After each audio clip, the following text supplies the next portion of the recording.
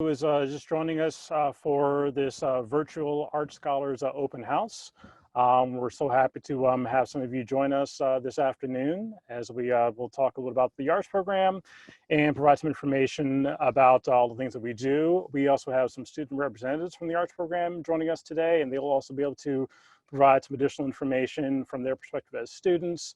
And we'll also be holding a Q&A towards the latter part of this session. So we're more than happy to answer your questions as they come up. A few things here just before we get started, and we realize we'll have people that may be kind of joining us throughout the next few minutes here, but a couple of things I want to remind everyone of before we get started. And actually, I'm going to go ahead and I'm going to put up our slideshow for a second, just so we can see these this information for everyone. So give me one moment.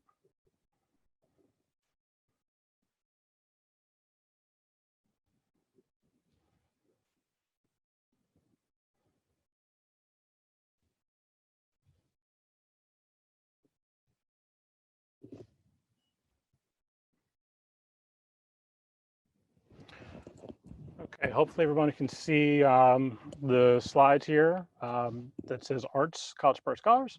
I'm just going to advance to the next slide here. So again, as those of you who are still joining us and getting connected, just a few things here before we get started. This session is currently being recorded. It's being recorded so we can share this information out to others that may not be able to join us this afternoon. If you are not comfortable with being recorded, then we would certainly recommend that you go ahead and log off now, and we will be sending out a link to this video in the ensuing days. So again, if you're not comfortable with being recorded on this this session today, then go ahead and log off, and we'll get the information to you at another time. We would like all of you to keep your videos for the time being turned off, or at least your own video turned off. You're welcome, of course, to keep an eye on all the things we have presented here for you. Also, keep your microphones muted, please. That will help us be able to move forward with hopefully few technical difficulties. If you're new to Zoom or have any issue trying to find out who's speaking, of course, right now I'm in shared screen view, so you're only seeing the slides, but go ahead and set your view to speaker view from the little window on your Zoom window. It's in the upper right corner. Set the speaker view so that way you'll be able to see whoever is speaking when we're not in slide mode here. If you have questions, we certainly welcome your questions at any time. However, we're going to reserve the latter part of the session to actually address those questions specifically. But in the interim, you can go ahead and type your questions into the chat box on your Zoom screen. And Heather Brimstone, who's the Associate Director for Arts, will be compiling those, and she'll be able to help direct that Q&A once we get started with that. But feel free at any time to go ahead and put questions in there. During the presentation, I probably will not stop at all for questions, just to make sure we get through all the content, but we'll be sure to get back to your questions towards the latter part of the session. We hope to conclude by about 4:45 today to kind of, we recognize that it might be dinner time for folks, and 45 minutes is probably about as long as people want to be on a Zoom call. So we'll try to be mindful of that. I'm going to get out of the screen, the slides for just a second, just so we can do some quick introductions, and then we'll go back into slides and get started. All right, so by now, hopefully you can see all of our faces here. So my name is Harold Burgess. I am the director of the arts program. I've been at the arts program now since I believe 2009, somewhere around then. My background is in theater, and specifically in lighting design, which is what I still do professionally in both the Baltimore and Washington area. I'd like to now have Heather Brimstone go ahead and introduce yourself. So Heather. Hi, everybody. I'm Heather Brimstone. I'm the Associate Director for the Arts Program. And I've been with the Arts Program for about 1.5 years now, I think, and I absolutely love it. My professional background is split between architecture, landscape design, and sociology. So I worked for about 14 years, both professionally in the arts world and in higher education. Good to meet myself. Great. And then we have some students who are joining us who are either alums of the Arts College program, or they are currently in the Arts College program. So I'm just going to start with Maddie Broder. Go ahead and introduce yourself. Guys, I'm Maddie. I'm currently a sophomore, which means it's my last year in Art Scholars. I'm a kinesiology major, pre-OT, and yeah, I'm very excited to be here, and it's been a great experience in Art Scholars so far. Great, thank you, Maddie. And next we'll have Amy Yim. Hi, I'm Amy. I am a freshman at UMD, and I'm a math major, statistics track. Great, thank you. And next we have Haley. Hi everyone, my name is Haley. I am a junior psychology major, and I'm on a pre-med track. So I am a teaching assistant for the program. I graduated last year, and they couldn't keep me away, so I'm back for more. All right, great, thanks Haley. And now we have Katie. Hi everyone, I'm Katie. I am a freshman at UMD and I'm in the arts program.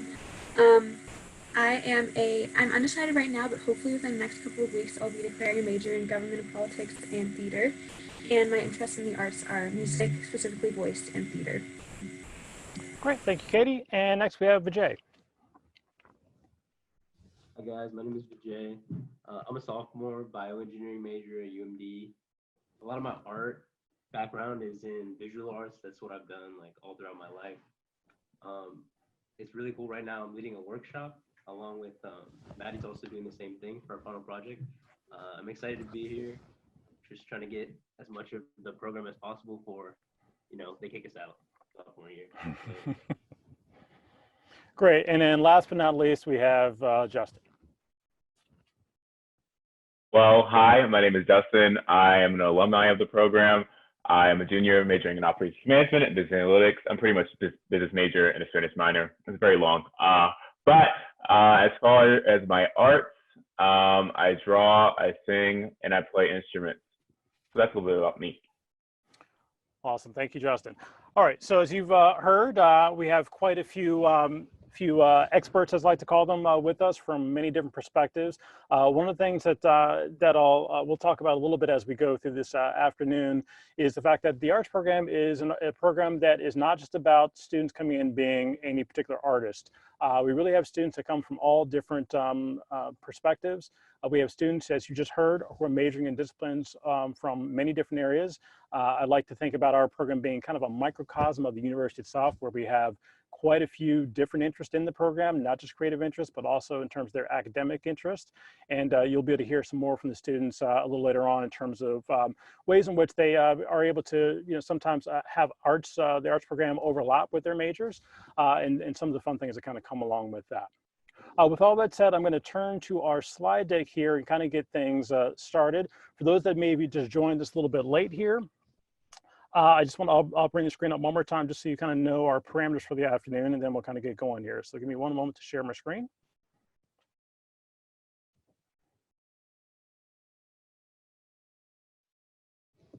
Okay, there we are.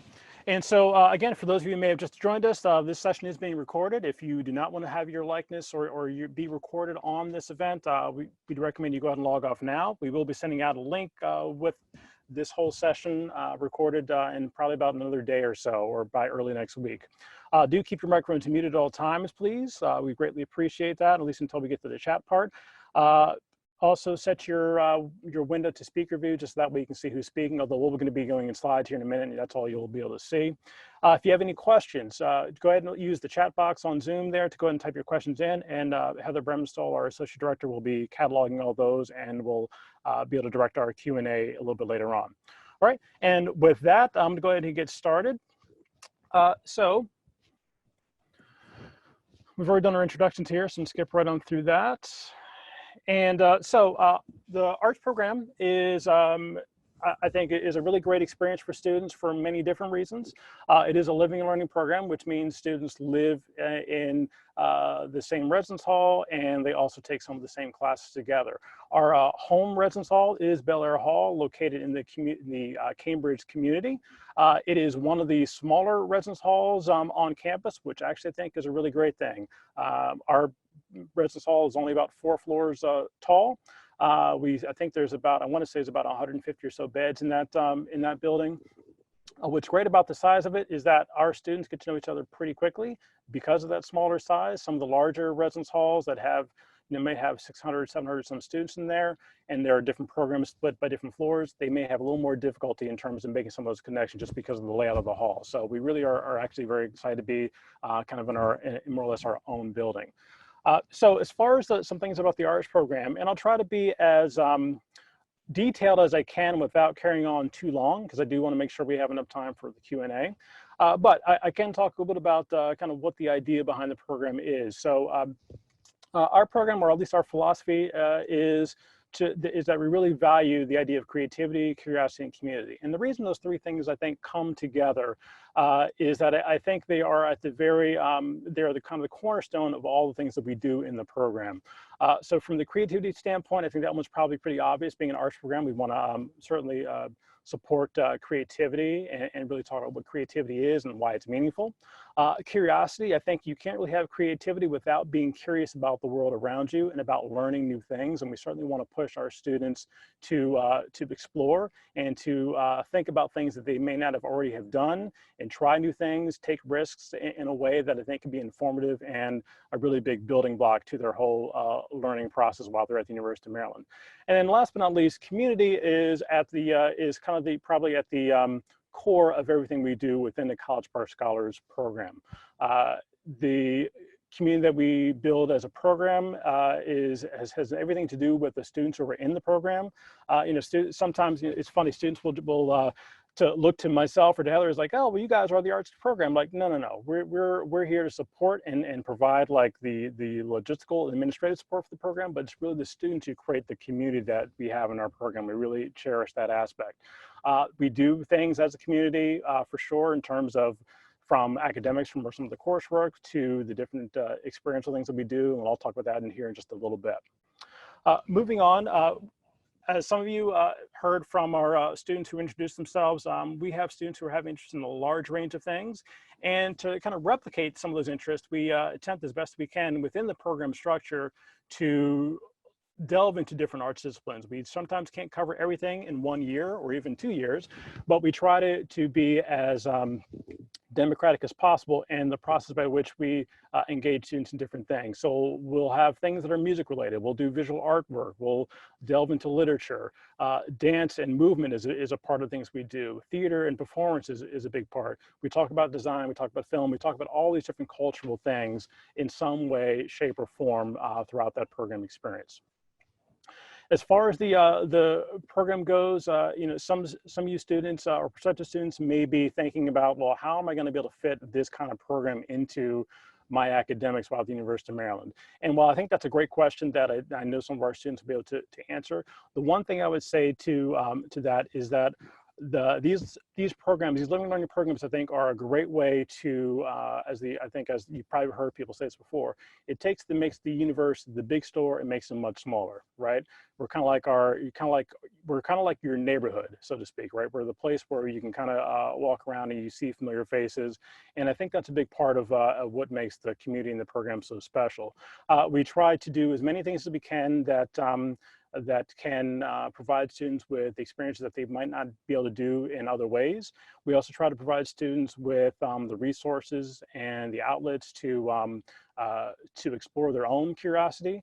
And it comes in the form of many different ways, both in some of the curricular things we do and also the extracurricular program that we have. Advance the slide here. So to talk about the curriculum, and I'll just kind of briefly touch on this, only for the reason that there'll be more information that we can share when we get to orientation sessions later this summer. But the curriculum itself is set up in a way that I think makes it the program more or less conducive to supplementing any other major that students are working in. Now, the program itself is not a major, it's not a minor, although students do earn a citation once they complete the program. The way we have things set up, as you see on here on the screen, is by semester here. And so each semester you will be enrolled in a colloquium, and a colloquium is just a fancy word for kind of for a discussion-based class. And our colloquiums feature many different things. Sometimes there are some interactive activities that we're doing that are related to the topic that we're covering. We bring in guest artists often to lead different segments. We use our colloquium as a form of discussing things that are current and relevant to the world that we're experiencing.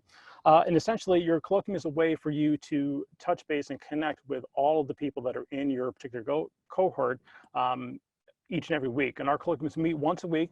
So for the first year students in the fall, that colloquium meets on Mondays from 6 to 7:15. And for those who are for our sophomore students, their colloquiums are always on Tuesdays from the same time, 6 to 7:15. So we use our colloquium again as a way to introduce many different topics. We focus on the idea of course, of art in its many different regards. We also use our colloquium as a way to try to build connections for students with things that are happening around campus and also things that are happening off campus. We think it's really critical that students have a great experience of being on campus. It's a big campus. There are many, many resources and many great things to do. But equally, there are many things to do off campus as far as our connections to different arts institutions and our, the short distance that we are away from all the great things that are happening, for example, down in Washington, D.C., or even in Baltimore. And I'll cover some of those things just a little bit. So back to the curriculum. So again, it's a 1-credit colloquium each semester, and you'll see that there's semesters 1, 2, 3, and 4 all have colloquiums. So that is the one scholars course that you're definitely taking each semester. When we get down to semester 3, you see it says CPSA 200 Colloquium 3, and it has this little indication DSSP. DSSP is a scholarship and practice requirement that is part of the overall Gen Ed Studies program at Maryland. If you're not familiar with what Gen Ed Studies is, Gen Ed Studies essentially are all the kind of common courses and curriculum that all students have to take, regardless of what their major is. So one of the nice things about coming into scholars into the arts program is that our curriculum, I think, adds up to right now, so I think it adds to about 17 credits total. I think 16 of those 17 credits are Gen Ed applicable credits, meaning that the courses that you're taking as part of scholars will also dovetail as courses that can be used to complete your Gen Ed studies. That's a really important distinction. Sometimes people think that coming into a learning program means that they are having to do much more work than they would ordinarily do, and that simply is not the case. What is the case is that you are provided with another set of experiences that are much different from what other students who are not in these programs may be getting while they're at the University of Maryland. As I continue down the curriculum list here, you'll see down in semester 4, there's 4 courses listed there. We have what we're called capstone classes that are that students take in their final semester in the program. Some of our students here on our discussion today will be able to talk a little about their capstone projects individually, but essentially those capstone projects are used as a way to be the kind of culminating experience, the practicum project of a student's time in the Art Scholars Program. They have 3 different options to choose from, including service learning, which is doing some kind of community service related project, a research or individual creative project that's up to the student's choosing, that's under CPSA 250. And then finally, we have CPSA 260, which is a peer teaching practicum. And those are students who are leading our workshops that we do in the spring. And you'll hear from a couple of our students, Maddie and Vijay in particular, can talk about those here in just a minute. One distinction I want to make too, as I'm thinking about the curriculum here, is that our fall semester and our spring semesters look quite different in terms of what the experience is in the program. In the fall, our colloquiums are more closely aligned with a traditional class, so they're still somewhat separate from that in terms of the content and the science things that we're doing. Those are fairly standard with what you would see in other typical college classes. In the spring semester, we switch into a very interactive hands-on environment, which is all run through our workshops. Our workshops are all student-led. They're led by sophomores who are doing those workshops as their capstone project. And those workshops can range in topics from anything from, I think this year we have photography, we have sewing, we have modern art, we have art therapy, We have a collaging workshop. We have many different ones that students can choose from. And the idea there is that we want students to develop different artistic skills, but also ways of communicating their ideas through these different mediums. And oftentimes students are trying out things that they've never done before. And so these workshops provide a really great opportunity for students to do just that. And from a leadership point of view, it's also a great way for our sophomore students who are wanting to do that kind of capstone to develop some really great leadership skills, and particularly for those who may be interested in going into teaching, for example, this is a great way to kind of get their feet wet in terms of what it means to kind of lead a whole class for most of the semester. All right, last but not least on the curriculum page here, we have English 101. That is a required class of all students coming to university. The only way I think you get exempt is if you test out with AP credit. Otherwise, all students take that. There is a Scholars section, which is why this indication on here is important, where it says Scholars 101S. There are Scholars-specific sections of English 101, in addition to the many, many other sections that are out there. That's important because this means you can be taking English 101 with people from your respective program, or even from students from other scholars program, but that class is actually offered right in the community which is where most of our students live, in the Cambridge community. So that's really great too. It means it's a really short commute from your dorm room over to your English 101 class at 9 o'clock in the morning. 2-minute commute. All right, and then finally, last but not least, we have supporting courses that are also part of our program. We have a much more comprehensive supporting course list that we'll share out during orientation. But essentially, the idea is that we want students to be curious and to look into other courses that are offered throughout the university that relate to the arts in some way. So for example, we may have students take classes in architecture. They could take a class in creative writing. They may take a class in music or music theory, a dance class, a theater performance class. Really, almost anything that's under the arts, there's options out there available for students. We have, and all those classes, for the most part, I believe, will suffice as gen ed classes, meaning that the supporting courses you're taking are all can be used towards satisfying general education requirements. So again, these are things that as a student you would ordinarily have to do anyway. We're just giving you kind of a little more focused way to kind of pick those courses. All right, I'm going to continue on here on the slides here. We just talked a little bit about Colloquium. So these are just some snapshots from some of the things that we've done in our Colloquium here. All the way from guest panels down here in the lower left. We had a guest artists and administrators from around the campus that came in to talk to our students, which is really great. They gave some really great insights about like future careers in the arts.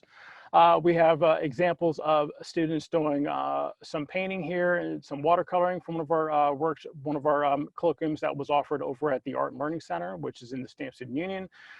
We have students doing a whole gallery visit here in the kind of the upper middle section here. That's at the art gallery or one of the art galleries on campus.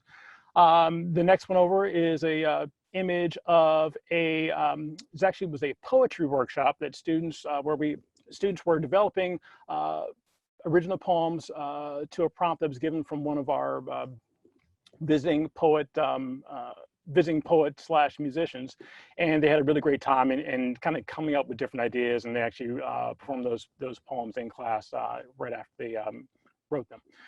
We've taken students to other parts of campus, including some of the maker spaces on campus, where they have all kinds of virtual reality and 3D things that you can do that you can use to build and design different things. So a couple of students, actually, I think that might be Katie Reeves. I think that's you. Katie's on our call today. I think that's you. So we have that. And then finally in the lower right-hand corner in our sophomore colloquium, one of the signature events that we do in the fall is we bring in musicians who are versed in West African drumming, and they laid an entire workshop on that. So you can see in the pictures where all of our students all have drums, and this is the leader, Kristen Arant, taking them through all the instruction of how to do that. And it's a really fun and festive time.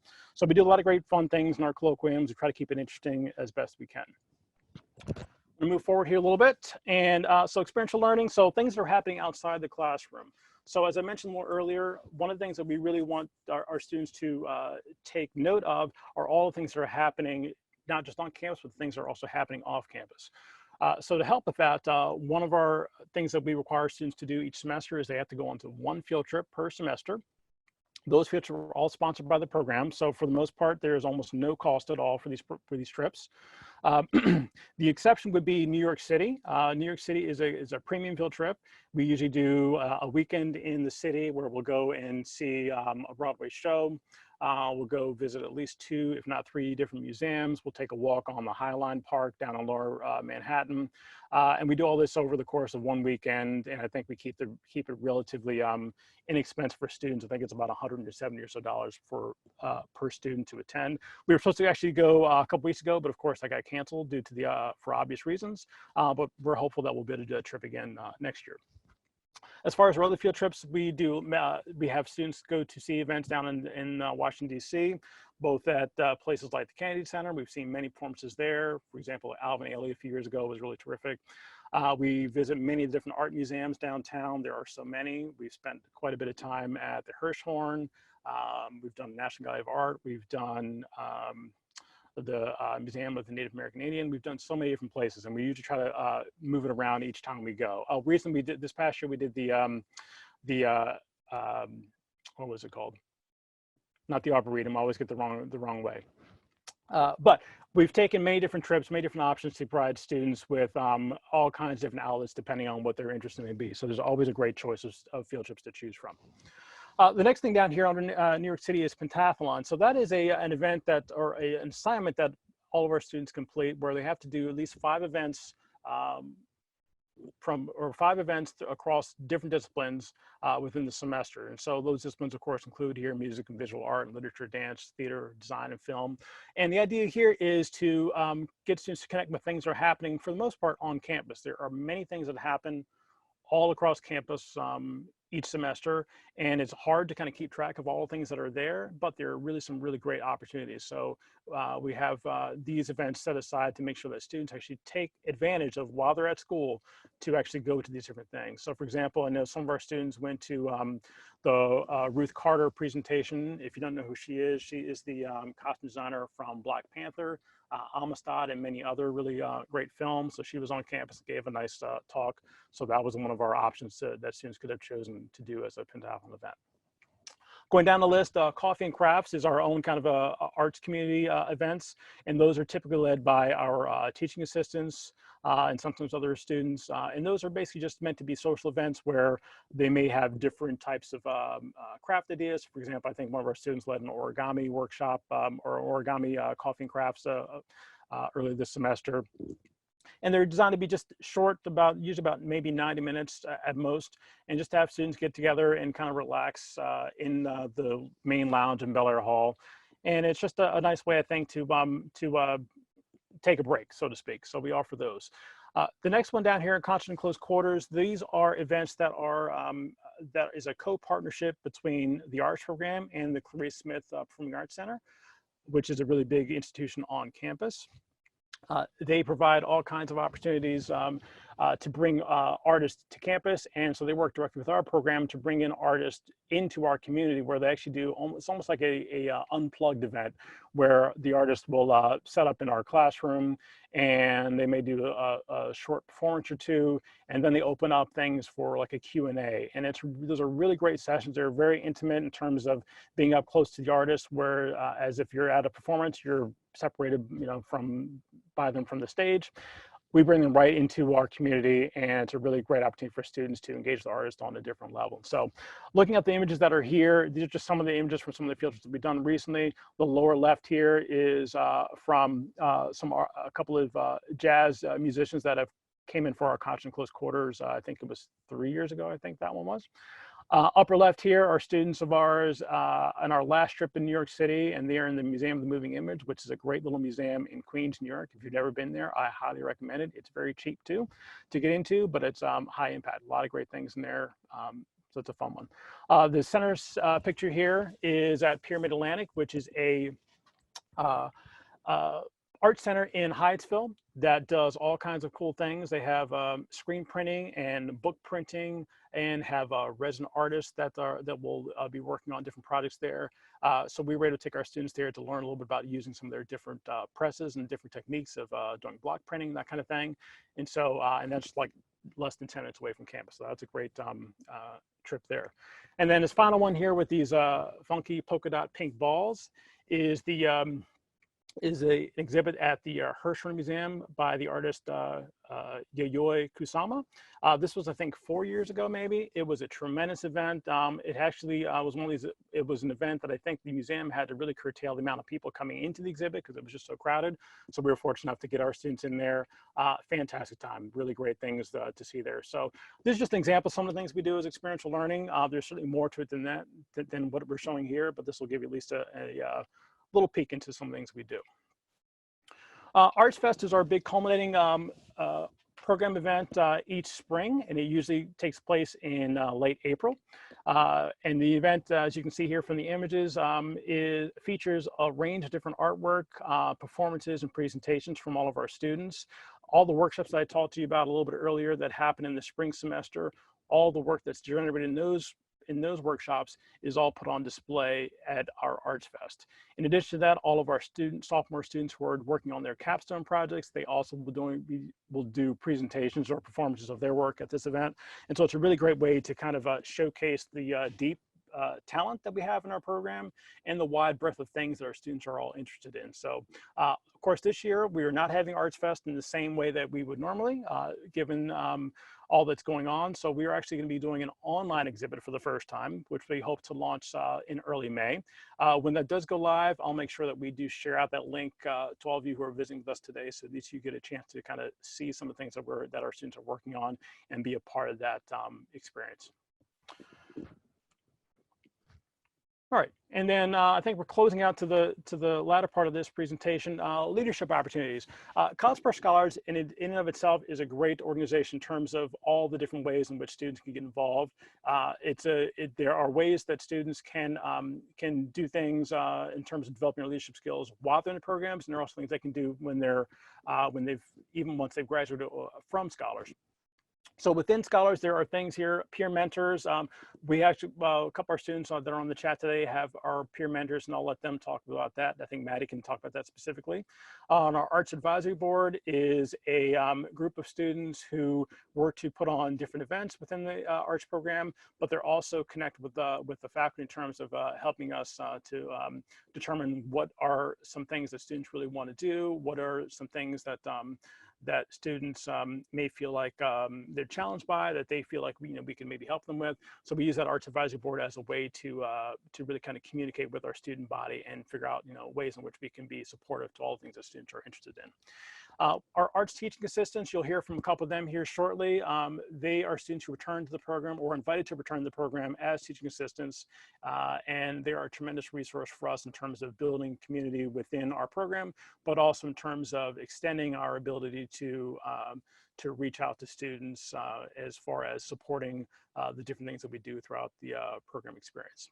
And then last, the Lakeland Stars. I think Haley is on the call today. She can probably talk a little about Lakeland Stars, and maybe Maddie as well, I believe, in terms of this program, which is a great program that works with one of the local elementary schools and tutoring elementary age children. They do all kinds of great things on campus and also off campus, so I'll let them talk a little about that when their time comes. Okay, so at this point, I've done enough, I think, talking. I'm going to turn things over. I'm going to go back into video mode here. But for our students who are on the call today, the questions that we're asking you guys to think about here is, why did you choose UMD? What did you enjoy about being an Art Scholars currently or after the fact? And what have you learned as an art scholar that you would not have learned had you not been in this program? So I think what we'll do, just in terms of time here, let's just start with why did you choose UMD? And I'll let that be open to any of our current students. So anyone wants to go ahead and raise their hand, jump in there, we'll go over to you. All right, Haley, take it away. Okay, so I had a pretty love-hate relationship with the University of Maryland for a long time. I'm from Maryland, which a lot of people that go to Maryland are also from Maryland. So I think growing up, I always kind of viewed it as like a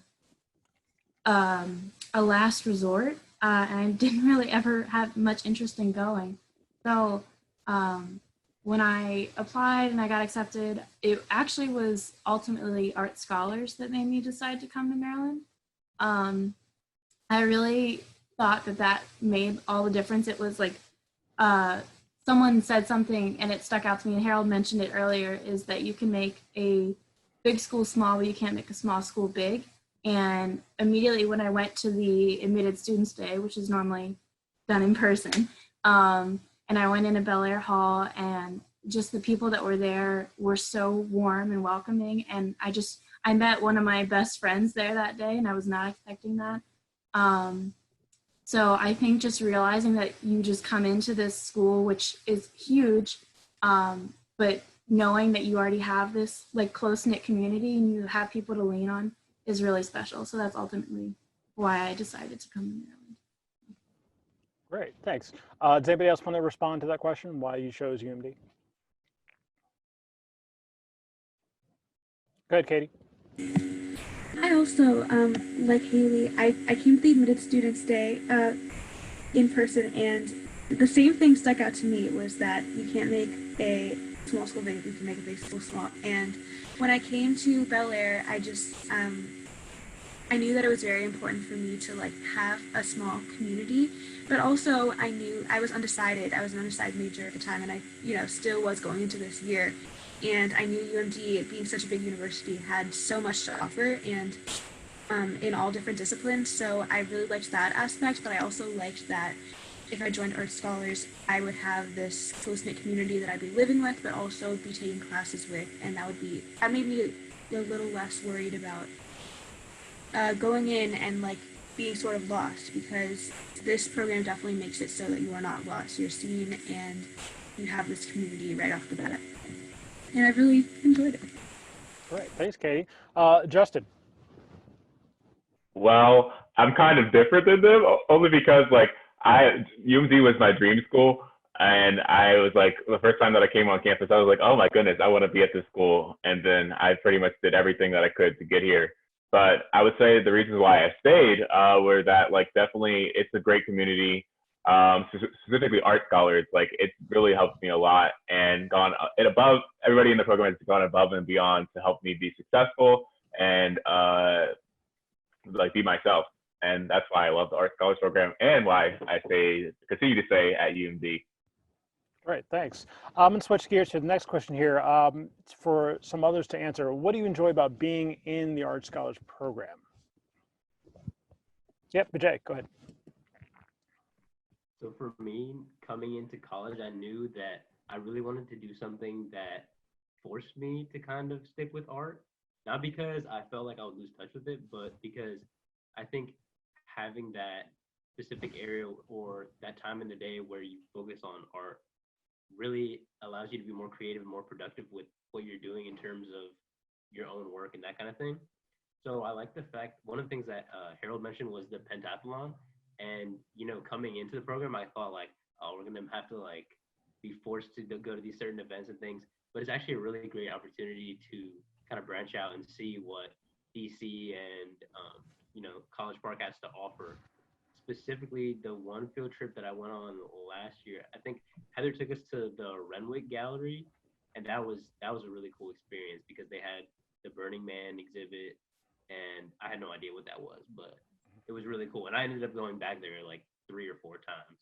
So I think just the exposure to everything around us and being able to have that time where we focus on art is what I really love about the program. Great. Thank you so much. Anyone else want to answer that question about being an Art Scholars? Maddie, go ahead. I think like Vijay was saying, definitely just all the opportunities it has to offer. Harold mentioned earlier, but like the leadership positions, it's really like I was not expecting myself to be this like big leader person when I got to college. I kind of like stuck in the backsides of the crowds in high school, and then I came to campus, and within my first semester joined Lakeland Stars, like Harold was talking about. After 1 semester, I'm now a coordinator, and that's my job on campus, is to lead Lakeland Stars. I also applied to be a peer mentor, ended up being peer mentor captain. like all the opportunities of just like leadership positions that I never really considered myself for up until this point. And I think like arts kind of like was the bridge between all of those positions because, for example, I never probably would have known about peer mentors if I wasn't in Scholars. Haley was my peer mentor. She's also the reason why I joined Lakeland Stars. So it's just like all the connections that you make in this program can really shape your entire experience at UMD. Great, thank you so much. All right, last but not least, what have you learned as an art scholar that you would not have learned had you not been in this program? And Amy, maybe I'll look at you at this point. I mean, less broadly, at like the colloquium, we have bringing in different like guest artists and stuff have shown me like, oh, this is like a way you can approach poetry or approach looking at exhibitions and stuff like that. And I think through that, it really showed me that like, even though I never thought I would be interested or I could do those things, it's encouraged me to try different types of art. So like this semester I chose the songwriting workshop, even though it kind of scared me. And I think that's really helped build some confidence in myself and just excitement in learning about these different things. Excellent. All right. Well, I'm looking at the clock and I'm realizing that we're already short on time. So we're going to go ahead and switch gears into our Q&A. And I know that we probably won't get to every single question that's been posed. Hopefully some of the information that we already covered will have answered some of those questions, but we'll do our best to at least get to a bunch of questions here in the time that we have. All right. So I'm going to turn things over to Heather to run that portion. Hi, everybody. So we've got some really good questions coming in. And the first one I'll read off, this comes from Maria, who says that they're really excited about joining Art Scholars, but not planning on majoring in art directly, but in biology. So is that compatible? Yes is the short answer, but I want to turn this one over to our students who maybe can tell a little bit more about what it's like to be in Art Scholars when maybe you're not majoring directly in an arts discipline. Vijay? So I'm majoring in bioengineering, which is pretty similar to biology. It's basically biology with a bunch of math, but I'd say it's very applicable because even though your major is not something art related, you can always use what you learn in Scholars Program and just like the basic skills that you learn and the way you create ideas, that kind of thing, that all is applicable to any major, especially engineering, because I think being in engineering and being in art has also given me a very unique perspective when it comes to doing projects and that kind of thing. I think a lot of differently than other people who may be in those classes as well. And I think biology is the same way for sure. Haley? Yeah, so I came into Maryland with plans on majoring in neurobiology, which is like a subdivision of biology here. And I ultimately switched over to psych, but I still take a lot of bio and chemistry classes because I'm trying to go to med school. And I will say that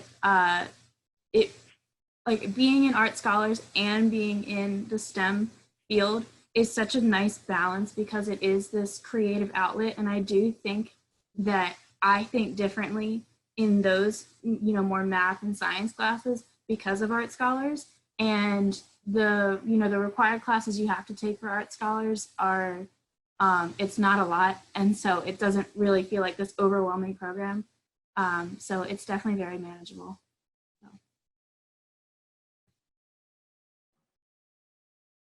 Great. I think I'll just say that, you know, we have a really diverse group of students in Art Scholars. Some students are majoring in arts disciplines, but that covers the whole range of arts disciplines. And we also have a lot of students who are majoring outside of the arts. So I think, you know, people come in with a lot of different things they want to explore with the program, but all of those are possible.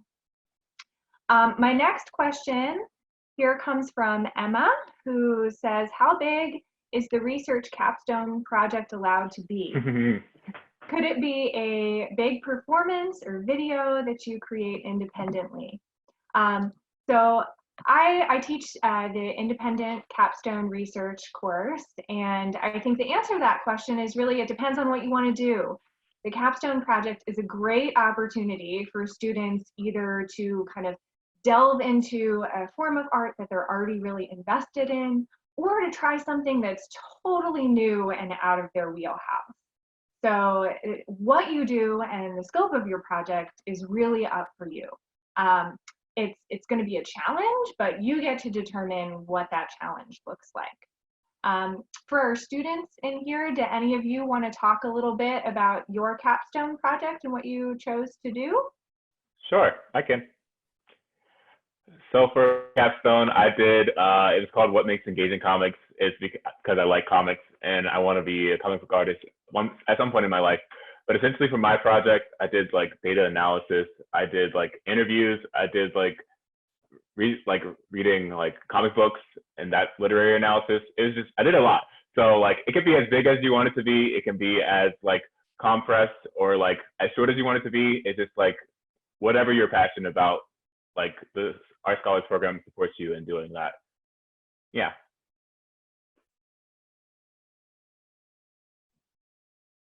That's great. Anybody else want to share? I can talk a little bit about mine. I did a service learning project for my capstone. So not really research, but basically me and my friend in the program, we set out to create an after school program for kids at a local elementary school. It's going to be a 6-week-long dance program because I have a very prominent dance background, I guess. So I'm a part of Lakeland Stars, so I'm very, I love working with kids.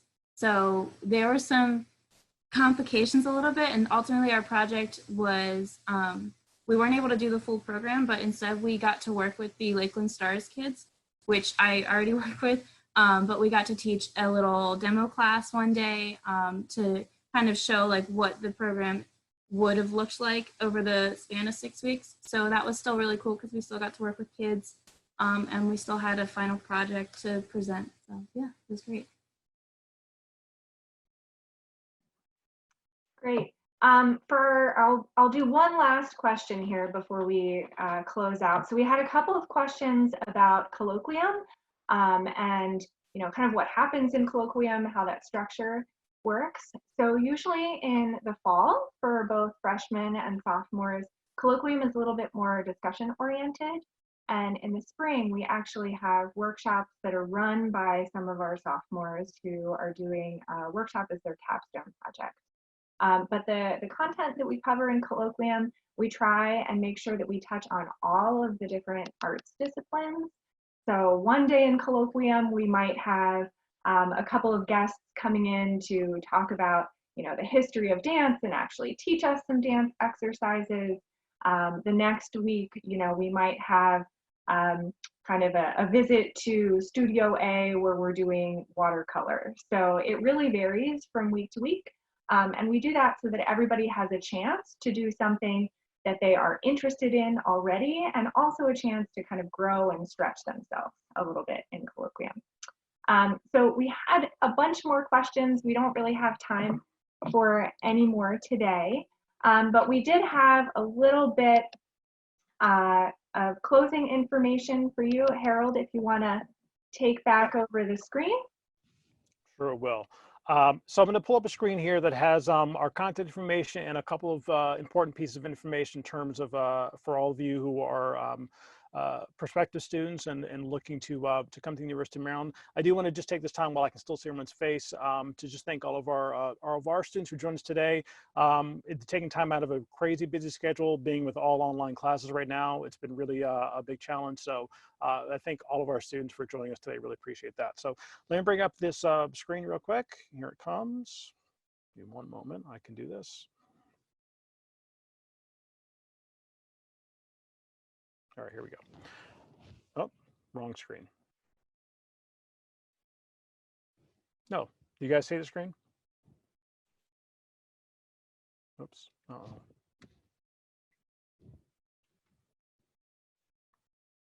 Is that the right slide? Do you guys see it?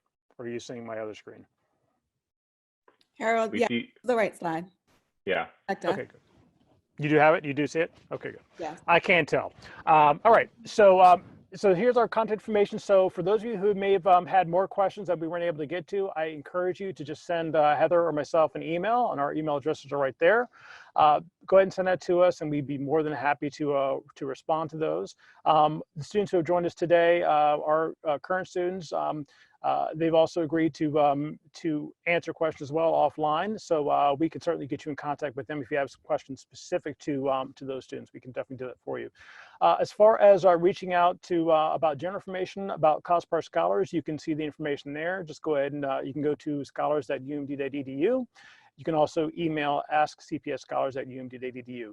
We have the phone number listed there as well, but because of the current situation with everything being kind of online, I'm not sure how often that number is being staffed or checked. So the email is probably the best way to go as far as contact. For Resident Life, this is an important deadline. May 1st is the deadline for enrollment to submit an application for housing for the fall. So please be sure to do that by May 1st. And if you have questions about housing, we do not control housing as far as making assignments and things like that for students. That all goes through Resident Life. So we encourage you to send any of those inquiries directly to reslife@umd.edu, and they will have answers for you in terms of whatever those questions might be. And then for more information, as you think about all the things we covered today, we encourage you to visit the open house website, which is go.umd.edu/UMD open house. And eventually, again, we'll be sharing out the contents of this video and this session for those of you to view at another time. So at this point, that pretty much concludes our session for today. So I want to thank everyone who was able to log in and join us. I hope you found this informative. I hope you found that we answered some of your questions. And I hope that this also gets you excited to come to the University of Maryland next fall. We're certainly looking forward to have you join us. All right. With that, please be safe. Take care of yourselves. Take care of each other. And we look forward to seeing you soon. Bye-bye.